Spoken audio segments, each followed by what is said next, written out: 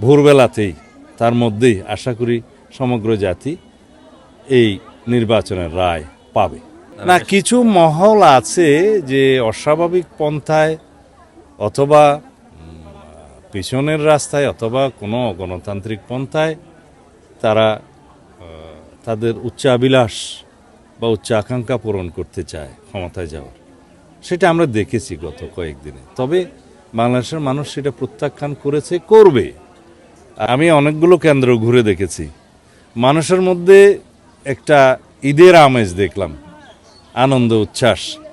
Vote দেওয়ার পরেও তারা কেন্দ্রের বাইরে অপেক্ষা করছে, উৎসব লাগছে তাদের কাছে। তা আমি খুবই খুশি এবং আনন্দিত। আমার মতো সবাই, সব নাগরিকই আনন্দিত, সব ভোটারই আনন্দিত। আমার মনে হয় যে দীর্ঘ 17 বছর পরে এইরকম একটা পরিবেশে ভোটাধিকার প্রয়োগের জন্য এই জাতি অপেক্ষা করছিল। সমগ্র জনগণ সংগ্রাম করেছে, আন্দোলন করেছে, রক্ত দিয়েছে আজকের জন্য। সেই আজকের দিন, যে দিনটা আগামীর বাংলাদেশ গঠনের জন্য সবচেয়ে গুরুত্বপূর্ণ ভূমিকা রাখবে। মানুষের আজকের সিদ্ধান্ত বাংলাদেশের ভাগ্য পরিবর্তন করবে, বাংলাদেশের জনগণের ভাগ্য পরিবর্তন করবে। ইতিহাসের বাঁক বদলে দেওয়া শুরু হয়েছে এখান থেকে। আমরা তার সাক্ষী, সবাই আজকে তার সাক্ষী।